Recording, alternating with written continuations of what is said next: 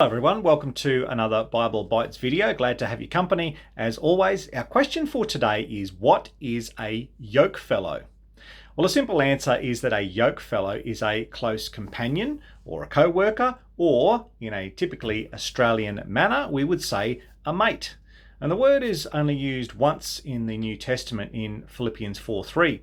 And if you read from the King James Version, it renders the verse this way: "And I entreat thee also, true yokefellow, help those women which laboured with me in the gospel, with Clement also, and with other my fellow labourers, whose names are in the book of life." However, if you are reading from a newer translation, such as the New King James Version, which I use personally, the word is companion. And since Paul does not identify his yokefellow by a name, we can only speculate as to whom he is speaking of. Some suspect it was Epaphroditus or possibly Luke, but since Paul never uses this term elsewhere in his letters to describe any of his other fellow labourers, we can assume it was addressed to someone with whom he had an especially strong bond. Now, whoever Paul's yokefellow was, he actually understood the message. Well, the origin of the word yokefellow helps us to understand a meaning that really goes beyond the English words of companion or friend. A yokefellow is literally one of two fellows in a yoke.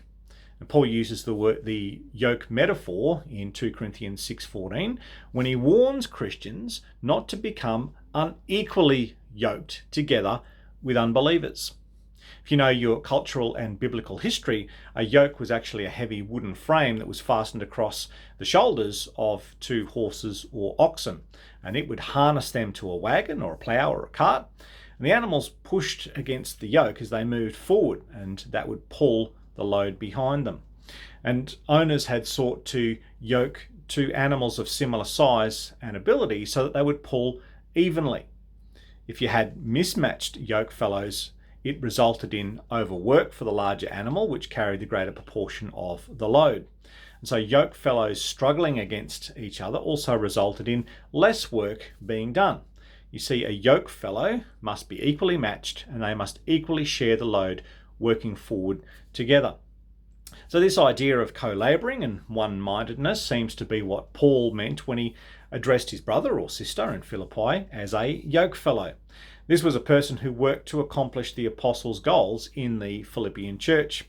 And Paul and the yokefellow were harnessed together in service to the Lord. They were yearning, they were praying, they were suffering for the souls together of men and women.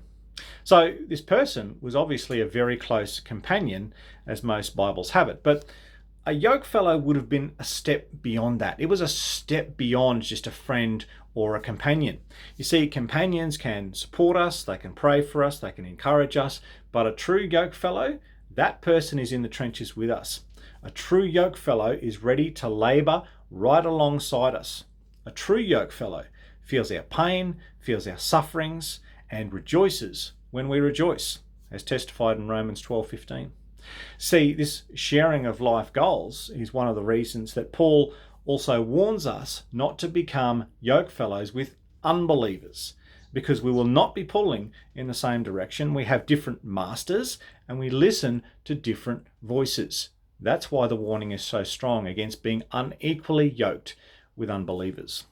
You see, it's vitally important that Christians, especially those who are involved in ministry, have a yokefellow or two or three or however many they need in order to carry the load.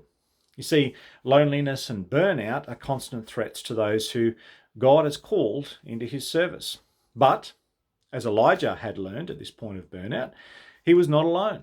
God had already selected a yokefellow for him, and if you read the biblical account of Elijah's transition out of the ministry, that servant that God raised up was Elisha.